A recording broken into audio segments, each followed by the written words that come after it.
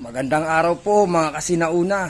Ngayon naman po, hawak natin ang pang-apat po sa bumubuo, kumukumpleto ng English series na banknotes o pera na luma na sinauna ng Pilipinas. Ito pong 50 centavos ay kulay blue naman siya. At ganun pa rin po ang itsura niya. Ganun din po siya kalaki sa tulad nung sa tatlong nauna kanina. Ito po yung ikaapat. Ayan, sa taas po, nakalagay pa rin Central Bank of the Philippines. Ayan. This note is a liability of the Central Bank and is fully guaranteed by the government of the Republic of the Philippines. Ayan. Ganun din po sa apat na kanto niya, apat na sulok. Nakalagay po ang logo ng 50 centavos. Taas baba po yan. Sa bandang kanan naman po sa itaas, nakalagay po ang prefix at ang serial number. Sa kaliwa po, ang logo ng Central Bank 1949. Sa bandang gitna, ang logo po ng 50 centavos. Sa bandang ibaba po, nakalagay po ang pirma ng Presidente ng Pilipinas at saka po ng Governor of the Central Bank. Dito po, si President Ramon Magsaysay po ang nakapirma.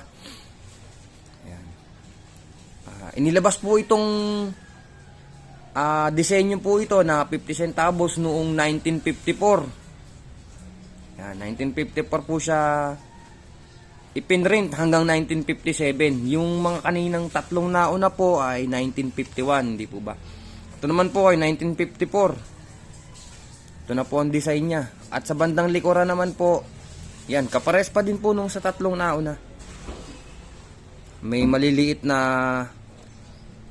Central Bank of the Philippines. Tapos at sa bandang gitna po niya yung 50 centavos. Balikan natin ang harapan. Ayan. Ganyan po kaganda ang 50 centavos. At ito pong 50 centavos ay wala na naman din po siyang kabuuang bilang na inilabas o wala po siyang mintage na inilabas po ang Bangko Sentral. Ginawa po ito para nga po mapalitan yung mga lumang barya na metal noong World War II po, panahon ng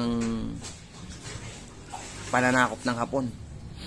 At nawalan po ito ng visa o na-demonetize po itong 50 centavos noong Enero 5, 1970, January 5, 1970 po siya nawalan ng visa o nawalan po siya ng halaga.